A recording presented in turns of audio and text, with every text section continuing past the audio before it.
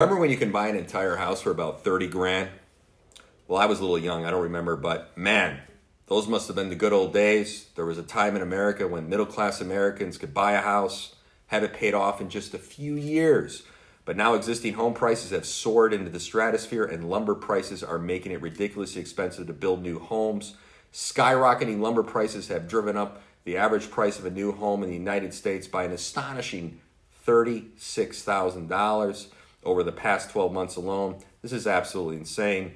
But everyone agrees that even more inflation is unfortunately on the way. National media is talking about it now.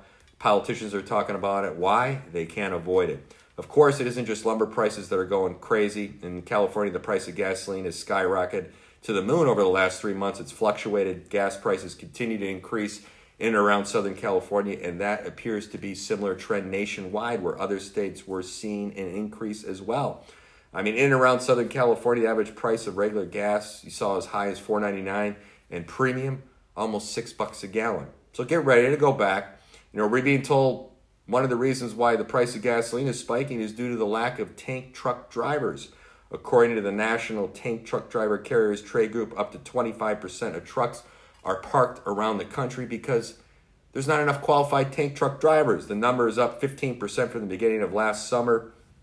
The demand for drivers took a hit when the pandemic-induced lockdowns triggered steep declines in the gasoline market and drivers opted for other jobs.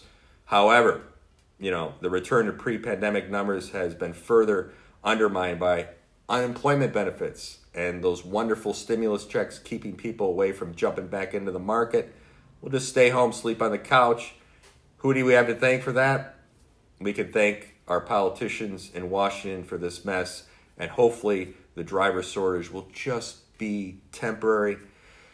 But if you think that the price of gasoline is bad now, just wait until what? Just wait until the big war in the Middle East officially starts. We're due for one of those. On Monday, the price of lumber continued to escalate dramatically. According to the Wall Street Journal, lumber futures are now more than 4 times the typical price this time of the year. Crazy. Lumber futures roughly 1,575.60 per thousand board feet, a record and more than 4 times the typical price this time of the year. But don't worry, because the Federal Reserve insists that everything's under control. It'd be okay. Just relax. Hopefully, they're on top of things, because we are rapidly getting into crisis territory, ladies and gentlemen. Skyrocketing lumber prices that have tripled over the past 12 months have driven the average price of a single-family home to exact number of $35,872, according to the National Association of Home Builders, the NAHB, with the price spike threatening to hobble the momentum of the U.S. housing market, one of the bright stars of the recovery from the pandemic recession. So, thanks to completely and utterly insane policies of our leaders, high inflation is here to stay, folks. It's here to stay. And it's going to be exceedingly painful. Even Warren Buffett is weighing in and acknowledging that inflation is starting to become a major problem. He was asked in an interview if he's seen inflation, and he said, "Let me answer that with this. We're seeing very substantial inflation. It's very interesting." Oh, it's interesting, Warren. Really, I mean, we're raising prices. People are raising prices on us.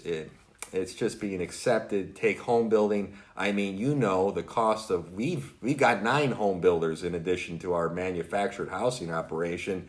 He's got a lot going on, which is the largest in the country. So we're really doing a lot of housing. The costs are just up and up. Steel costs are up. Everything's going up.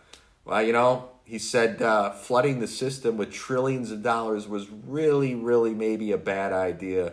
But those that control the levers of power did it anyway.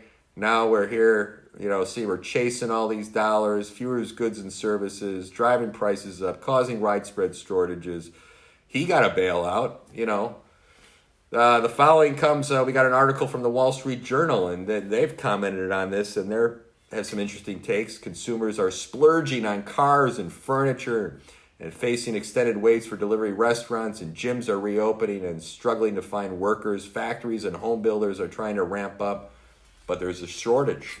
There's a shortage of semiconductors and raw materials. Our leaders are promising that, hey, the shortages are just temporary. And they are also promising that the price spikes are just temporary too. Really.